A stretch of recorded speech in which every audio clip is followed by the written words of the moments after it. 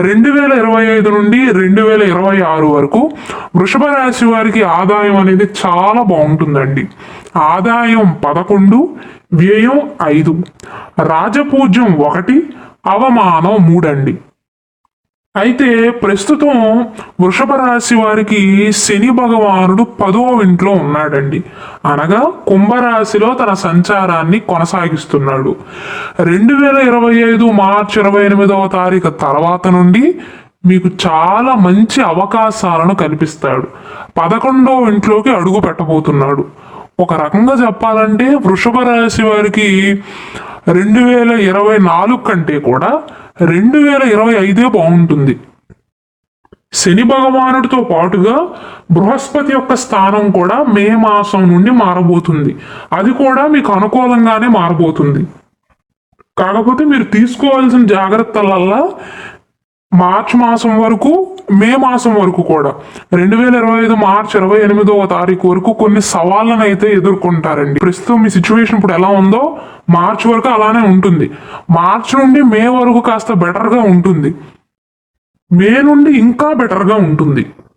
కాబట్టి మార్చ్ మాసం వరకు ముఖ్యంగా ఆరోగ్య విషయంలో జాగ్రత్తలు తీసుకోండి. అలాగే పని విషయంలో 10వ ఇల్లు అనేది వృత్తి వ్యాపారాలకు సంబంధించిన గృహం అండి.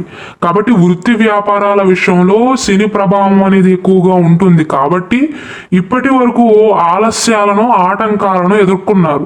మార్చి వరకు కూడా ఎదుర్కొంటారు.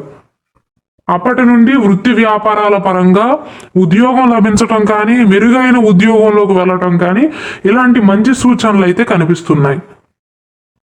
కుటుంబ పరంగా కూడా 2025 మార్చి నుండి పరీక్షా కాలాన్ని దాటేస్తారండి వృషభ రాశి వారు. ఇప్పటి వరకు పిల్లలు మాట వినకపోవటం కానీ, జీవిత భాగస్వామి యొక్క మద్దతు అనేది కాస్త తక్కువగా ఉండటం కానీ, కుటుంబంలో కొన్ని సమస్యలను ఎదుర్కోవటం కానీ, కలత్ర దోషం ఇలాంటి వాటి వల్ల ఎక్కువగా బాధపడకపోయినా కొన్ని అయితే అనుభవించారండి. ఒకవేళ మీకు మీ జీవిత భాగస్వామికి కానీ, మీకు మీ సంతానానికి మధ్య ఏవైనా చిన్న చిన్న మనస్పర్ధలు ఉన్నట్లయితే గురువు స్థానం మారిన వెంటనే మళ్ళీ మీ మధ్య ప్రేమ సంబంధాలు అనేవి చిగురిస్తాయండి. మీ పిల్లలు మీ మాట వింటారు. అలాగే ఈ సంవత్సరంలో వృషభ రాశి వారు వారి కొడుకు కానీ, కూతురు యొక్క వివాహాలను విజయవంతంగా ఖరారు చేసే అవకాశాలు ఉంటాయి. అంటే కుటుంబంలో శుభ కార్యక్రమాలు నిర్వహించే అవకాశాలు ఉంటాయి. గృహాన్ని కొనుగోలు చేయటం కానీ, అద్దె ఇంటికి వెళ్ళటం కానీ, ప్లాట్లు కానీ, ఫ్లాట్లు కానీ, స్థిరాస్తులను కొనుగోలు చేయటం కానీ, గృహప్రవేశం చేయటం కానీ ఇలాంటి వాటిల్లో కూడా విజయాన్ని సాధించే అవకాశాలు అయితే బలంగా కనిపిస్తున్నాయి. మే తర్వాత అయితే వృషభ రాశి వారికి ఖచ్చితంగా అదృష్టకాలం అండి. పిల్లల విషయానికి వస్తే ఎవరైతే చదువుకుంటున్నారో లేదా విదేశాలలో ఉద్యోగం కోసం ప్రయత్నాలు చేస్తున్నారు వారికి ప్రస్తుతం అంటే మార్చి వరకు ఆరోగ్యపరంగా కొన్ని ఇబ్బందులు అయితే ఉంటాయండి. ధూమపానం, మద్యపానం ఇలాంటి చెడు అలవాట్లకు బానిసయ్యే అవకాశాలు ఉంటాయి. కాబట్టి మార్చి వరకు అటువంటి వాటిపైన మీ మనసు మళ్ళకుండా జాగ్రత్తలు తీసుకోండి. మార్చి తర్వాత బెటర్గా ఉంటుంది. మే మాసం తర్వాత నుండి పరిస్థితులన్నీ కూడా దాదాపు మీకు అనుకూలంగానే మారతాయి. 2వ ఇంట్లో ఉన్న బృహస్పతి ఉన్నత చదువుల్లో అదృష్టాన్ని తెచ్చిపెడతాడు. వృషభ రాశి వారు కనుక ఉద్యోగ ప్రయత్నాలు చేస్తున్నా లేదా చదువు విషయంలో ఐఐటీల్లో కానీ, ఎన్ఐటీల్లో కానీ, లేదా ఎంబీబీఎస్కి సంబంధించిన సీట్లు కానీ, నీట్ పరీక్షలు కానీ ఇలాంటి వాటికి ఎవరైతే ప్రిపేర్ అవుతున్నారో, ఫ్యూచర్లో ఖచ్చితంగా సీట్ కొడదామని ఎవరైతే కసితో ఉన్నారో ఖచ్చితంగా మీకు అదృష్టకాలమే. అలాగే క్రీడల పట్ల ఆసక్తి ఉన్నట్లయితే బాగా రాణించగలుగుతారండి. గురువు విద్యకు కారకుడు. జాతకంలో ఏ గ్రహం చెడు ప్రభావాన్ని చూపిస్తున్నా గురువు అనుకూలంగా ఉన్నాడు అనుకోండి, నవగ్రహాలలో గురువే శుభగ్రహం అండి, పెద్ద గ్రహం. గురువు అనుకూలంగా ఉన్నట్లయితే ఎటువంటి ఆటంకాలు వచ్చినా మనిషి చాలా ఈజీగా దాటవేయగలుగుతాడు, కష్టాలను ఈజీగా అధిగమించగలుగుతాడు. ఆత్మవిశ్వాసం అనేది పెరుగుతుంది, జ్ఞానం అనేది పెరుగుతుంది, ఆధ్యాత్మికత పట్ల ఆసక్తి అనేది పెరుగుతుందండి, దైవ బలం అనేది ఎక్కువగా ఉంటుంది. అందుకే శాస్త్రం ప్రకారం గురుబలం అంటారు. గురుబలం ఉంటే వేటిని లెక్క చేయవలసిన అవసరం లేదు.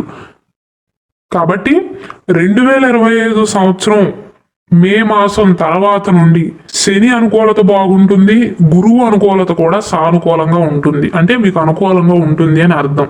ప్రతి విషయంలో, ప్రతి రంగంలో వ్యవహార విజయం కానీ, బంధువులతో గతంలో ఉన్న తగువులన్నీ కూడా ముగిసిపోవటం కానీ, ఇద్దరి మధ్య సత్సంబంధాలు అనేవి మెరుగుపడటం కానీ, కుటుంబంలో సంతోషాలు కానీ, పోలీస్ కేసుల్లో కానీ, కోర్టు కేసుల్లో కానీ ఎవరైతే చిక్కుకుని బాధపడుతున్నారో వారికి అనుకూలమైనటువంటి ఫలితాలు కానీ, విద్యార్థులు ఎవరైతే విదేశాలకు వెళ్ళే ప్రయత్నాలు చేస్తున్నారో, విదేశాలలో ఉండి ఉద్యోగ ప్రయత్నాలు చేస్తున్నారో వారికి అనుకూల ఫలితాలు కానీ, విదేశాలలో వ్యాపారాలు చేసే వారికి కొత్త కొత్త అవకాశాలు లభించటం కానీ, వ్యాపారంలో లాభాలు కానీ, అవివాహితులకు వివాహం నిశ్చయించబడే అవకాశాలు కానీ, ఎవరైతే వృషభ రాశిలో జన్మించారో వారికి పెళ్ళిడొచ్చిన సంతానం గనక ఉన్నట్లయితే వారికి వివాహం నిశ్చయించబడటం కానీ, రైతులకు పంట బాగా పండటం కానీ, వాతావరణం బాగా అనుకూలించటం కానీ, ఇంట్లో శుభకార్యాలు నిర్వహించటం కానీ, అలాగే వ్యాపార పరంగా కావచ్చు, పర్సనల్ విషయంలో కావచ్చు,